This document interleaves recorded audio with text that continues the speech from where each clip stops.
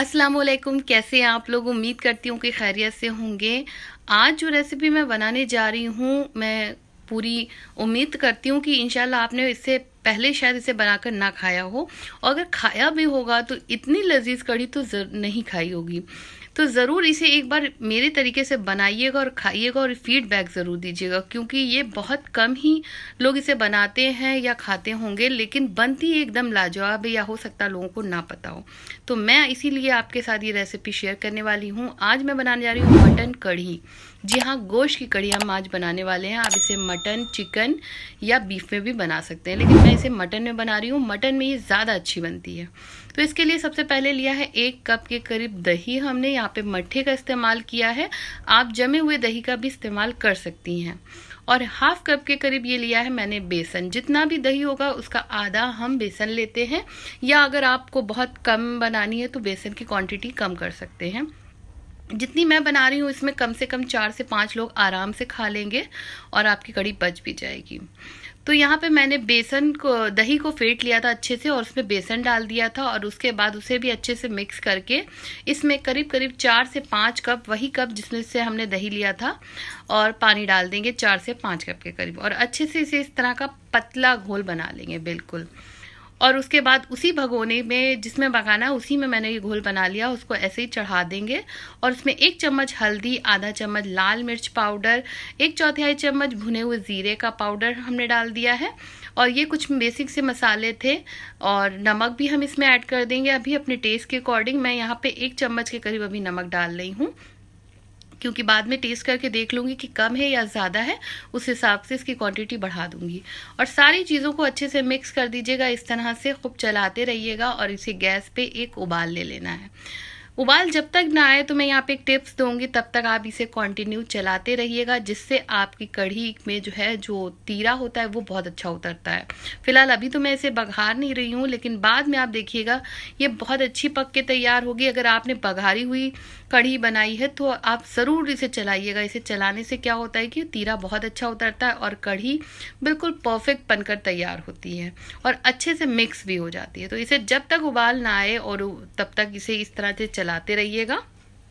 ये देखिए, और बराबर बीच बीच में इस तरह से चम्मच में लेकर इसे उछालते भी रहिएगा इस तरह से, ताकि बीच से फट कर ये पकने लगे। जैसे अभी आप ये देख रहे हैं कितनी क्रीमी क्रीमी हो रही है, तो इसे एक जगह से थोड़ा सा फटना चाहिए, और फट के जब ये पकने लगे तब आप फ्लेम को बिल्कुल स्लो कर दीजिएगा। जब तक ना फटे तब तक इसे इस तरह से ही, जिस तरह से चाय को उछाल उछाल के बनाते हैं उसी तरह इस कढ़ी को भी करते रहिएगा। तो ये आपकी एक जगह से फटने लगेगी और फटकर पकने लगेगी। तो आप देखिए कितनी अच्छी क्रीमी क्रीमी हो गई है, एक उबाल भी आ चुका है, और मैं कंटिन्यू इसे इस तरह से करती रह रही हूँ ताकि ये फट जाए, और फट कर ये पकने लगे तो फिर इसमें उबाल बाहर नहीं आएगा। ये भी एक इसका एक टिप्स है कि उबाल फिर बाहर नहीं आएगा। अगर आप इस तरह रखेंगी तो ये उबाल बाहर आ सकता है। तो आप देख सकते हैं 20 से गड्ढा हो गया है और ये फट गई है, तो इसका मतलब ये परफेक्ट है अब धीमी आंच पे पकने के लिए। तो इसी तरह का शुरू में आपको थोड़ी सी मेहनत करनी पड़ेगी कढ़ी के लिए, उसके बाद इसको बिल्कुल स्लो आंच पे रख दीजिएगा। करीब करीब 2 घंटे 2.5 घंटे इसमें ज़रूर लगेंगे, क्योंकि मैं तो कढ़ी ऐसे ही बनाती हूँ तभी इसमें जायका आता है, वरना 10-15 मिनट या 1 घंटे वाली कढ़ी हमें तो नहीं समझ में आती है। उसके बाद यहाँ गोश्त की तैयारी करते हैं। तो गोश्त के लिए मैंने मस्टर्ड ऑयल लिया था हाफ कप के करीब, उसको अच्छे से गर्म कर लिया है। 1 प्याज को हमने स्लाइसेस कर लिए थे पतले पतले, तो वो हम डाल देंगे और इसको हल्का सा गोल्डन ब्राउन कलर कर लेंगे। तो ये जो कढ़ी होती है इसमें बहुत कम मसाले पड़ते हैं, क्योंकि कढ़ी का भी अपना टेस्ट होना चाहिए। उसके बाद यहाँ पे 300 ग्राम के करीब हमने मटन लिया था, जिसको पहले से अच्छे से वॉश कर लिया है, बिल्कुल भी कोई गंदगी नहीं है, साफ सुथरा हमारा मटन है। तो हमने मटन डाल दिया है प्याज में। उसके बाद हम डाल रहे हैं यहाँ पे सॉल्ट अपने अकॉर्डिंग टू टेस्ट। उसके बाद 1 चम्मच के करीब है अदरक का पेस्ट, और 1 चम्मच के करीब है लहसुन का पेस्ट। तो इन दोनों पेस्ट को डालने के बाद अच्छे से हम गोश्त की भुनाई करेंगे, जिस तरह से हम गोश्त बनाते हैं सेम उसी तरह से। और फिर हाफ टी स्पून के करीब हमने हल्दी डाली है, हाफ टी स्पून के करीब लाल मिर्च पाउडर डाली है, 1 चम्मच धनिया पाउडर डाला है, 1/4 चम्मच के करीब भुने हुए जीरे का पाउडर है, और 1/4 चम्मच के करीब गरम मसाले का पाउडर है। तो गरम मसाला बहुत कम पड़ता है, बस एज अ खुशबू के लिए डाल देते हैं, क्योंकि मुझे ऐसा लगता है कि कढ़ी में ये सारे हैवी मसालों का कोई काम नहीं होता। तो आप यहाँ पे मैं डाल रही हूँ एक टमाटर, छोटा था, बहुत मीडियम साइज़ का, बहुत बड़ा नहीं है। इसको पतले पतले स्लाइसेस में काट दिया है जिससे कि हमारी ग्रेवी में अच्छी सी खटास आए। तो जब ये हम इसे कढ़ी में मिक्स करेंगे तो हमारी कढ़ी अच्छे से खट्टी बनकर तैयार होगी। थोड़ी खट्टी कढ़ी अच्छी लगती है अमूमन सभी को। तो टमाटर डालने के बाद अच्छे से हमने गोश्त को भून लिया था और उसके बाद थोड़ा सा हमने इसमें हाफ कप के करीब पानी डाल दिया था और इसे हम गलने के लिए रख देंगे। तो आप यहाँ पे देख सकते हैं 1 से 2 विसिल आ गई है। अब हम चेक करेंगे कि मटन हमारा गल गया है कि नहीं। तो हमने ये देखिए तोड़कर देख लिया है, बोटी अच्छे से कुक हो रही है, बहुत ज़्यादा नहीं, इसमें कम से कम आपको 80% कुक होना चाहिए, थोड़ा सा 20% की कसर होनी चाहिए क्योंकि कढ़ी में भी अभी जब पकेगा तो ये गल जाएगा। तो ये अच्छे से थोड़ा सा जो पानी है इसको हम ड्राई करेंगे यानी कि भूनेंगे। तो अभी मैं इसमें डाल रही हूँ 2 से 3 चम्मच के करीब जमा हुआ दही। वो इसलिए डाल रही हूँ क्योंकि थोड़ी सी खटास हमें चाहिए, क्योंकि हमने उधर दही कम खट्टा लिया था तो इधर हम थोड़ा से मसाले को हल्का सा खट्टा बनाएंगे। और साथ ही साथ मैं इधर से आपको दिखा रही हूँ कि कढ़ी भी करीब करीब 1.5 घंटा इसे पकते हो गया और ये आधी हो गई है। और देखिए धीमी धीमी आंच पे आराम से इसे पक रही, इसे पकने देंगे। और इधर आते हैं हम अपने गोश्त की तरफ, और गोश्त को हम दही डालने के बाद अच्छे से भून लेंगे इस तरह से। देखिए साथ ही साथ दोनों काम हो रहे हैं और गोश्त भी हमारा अच्छे से भुन गया। जब तक भूनना है जब तक कि तेल ऊपर ना आ जाए और बिल्कुल ड्राई ड्राई सा मसाला ना हमारा बनकर तैयार हो जाए। तो ये देखिए कढ़ी को भी करीब करीब अब 2 घंटे के ऊपर हो गए हैं, सिर्फ आधा घंटा बाकी है, थोड़ी सी थिक और होनी है, इससे ज़्यादा थिक मैं नहीं लेती हूँ। तो अब हम ये डाल देंगे जो हमने भून कर मसाला तैयार किया था गोश्त का, ये हम कढ़ी में मिक्स कर देंगे और अच्छे से चला देंगे।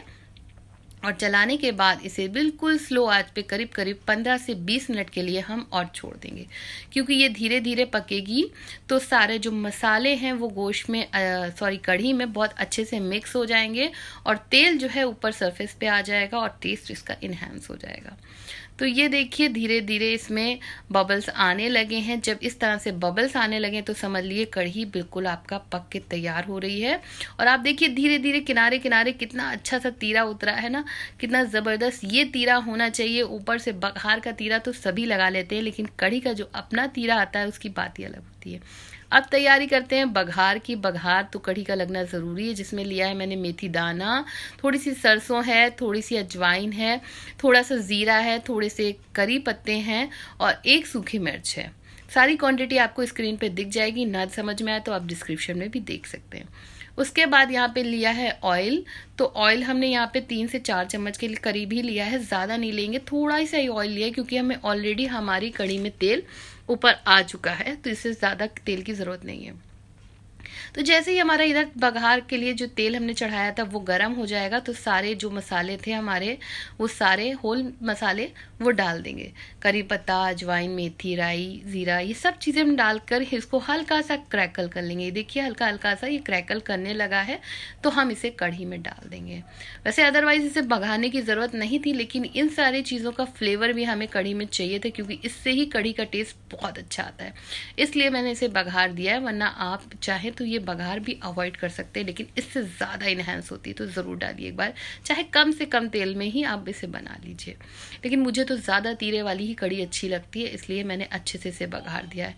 तो ये देखिए कितने अच्छे से बबल्स आ रहे हैं और अच्छे से यहाँ में बबल्स आ रहे थे और ये कढ़ी बनकर तैयार हो चुकी है बिल्कुल। और थोड़ी सी हरी धनिया से मैंने ऊपर से गार्निश कर दी है खूबसूरती के लिए। और ये तैयार है खाने के लिए। इसे चावल के साथ खाइए, बहुत बेस्ट कॉम्बिनेशन है और रोटी के साथ भी अच्छी लगती है। और कैसी लगी रेसिपी मुझे कमेंट में ज़रूर बताइएगा। आप लोग प्यारे प्यारे कमेंट नहीं करते हैं तो कमेंट कर दिया करिए, जिससे मेरे दिल को बहुत सुकून मिलता है और बहुत अच्छा लगता है। और रेसिपी पसंद आए तो लाइक ज़रूर करिए। अल्लाह हाफिज़।